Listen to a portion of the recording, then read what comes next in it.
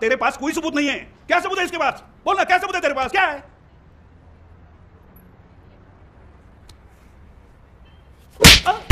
तेरे बाप के पास क्या सबूत है कि तू उसका बेटा है? साला सबूत नहीं तो हर गुनहगार बेकसूर। सबूत नहीं तो हम नेता के कुत्ते। इस बार तुझे ऐसी जगह मारेंगे कि जितनी बार कुर्सी पे बैठेगा हमें याद करेगा। मुझे वाघाचे पंजे। तुझे और जगह मत यारे।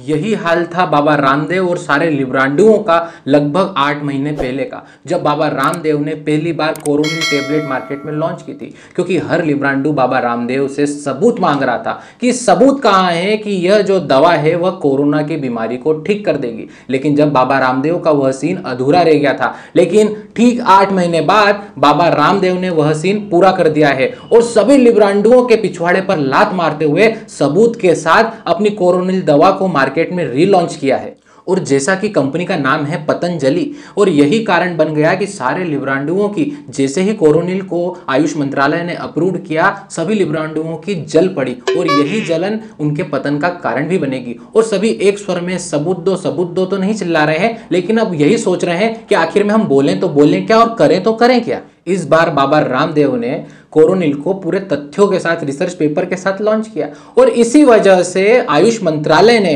कोरोनिल को हरी झंडी दे दी और वह सर्टिफिकेट प्रदान कर दिया जो WHO द्वारा प्रमाणित है। और यही वजह है कि कोरोनिल दुनिया की पहली ऐसी दवा बन चुकी है जो कोरोना को ठीक करने में कारगर साबित होगी। और अब बाबा रामदेव जो हैं कोरोनिल को 158 देशों में एक्सपोर्ट भी कर सकेंगे। लेकिन ये क्या, यही तो वजह थी कि लिब्रांडुओं के बदन पे सांप लौट गए, क्योंकि दवाई वो भी भारत में, वो भी आयुर्वेदिक और वो भी बाबा रामदेव द्वारा। ये हम कैसे सहन कर लेंगे? हम कैसे सहन कर लेंगे कि कोई भारत का आदमी दुनिया में अपनी दवाई एक्सपोर्ट करे और कुछ कमाए?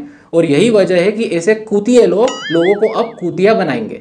और इसी तरह जो जहर उगलना चालू हो गया, उसमें सबसे पहला नाम आता है डॉक्टर शमा मोहम्मद का, जो ट्वीट करके लिखती हैं कि आयुष मंत्रालय बिक चुका है। ये कैसा भारत है जो लाखों लोगों के जीवन से खेल रहा है उस रिसर्च पेपर के माध्यम से जो फेक साबित होगा। मतलब मैडम वो बात कर रही हैं कि उन्हें पता ही है कि ये रिसर्च फेक है, ये दवाई फेक है और इससे देश को खतरा होगा। भैया, जब आपके अब्बू ने 4 शादियां करके 40 बच्चे पैदा करे, जब देश को खतरा नहीं था, जब उन्होंने 40 बच्चों की जान खतरे में नहीं डाली, जब बाबा रामदेव बेचारे जब कोरोनिल की दवा ला रहे हैं, उसमें आपको इतनी मिर्ची भरा रही है। फिर सेकंड नाम आता है द क्विंट का, जो कि बाबा रामदेव की जो दवाई है उसके फायदे तो नहीं गिरा रहा है, बल्कि 24 घंटे भी नहीं बीते उसके अंदर ही उन्होंने एक्सपर्ट को बिठा के जो कोरोनिल की खामियां हैं वह गिनाना चालू कर दी कि देखिए कोरोनिल मत खाओ, खाओगे तो क्या क्या साइड इफेक्ट होंगे और क्या क्या नुकसान होंगे। वहीं पे द मिंट लिख रहा है कि देखिए बाबा रामदेव क्लेम कर रहे हैं कि यह कोरोना की दवाई है, क्योंकि सांप लौट रहे हैं उनके बदन पे, ये तो हमें दिख ही रहे हैं। क्योंकि वह अभी भी नहीं लिख रहे हैं कि इस रिसर्च को जो है आयुष मंत्रालय ने अप्रूव कर दिया है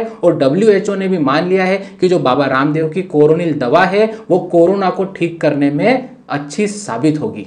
ये हमारे देश का दुर्भाग्य ही है कि हम हमारे बच्चे की हाइट बढ़ाने के लिए सालों से उसे हजारों रुपए का बोनविटा पिला चुके हैं।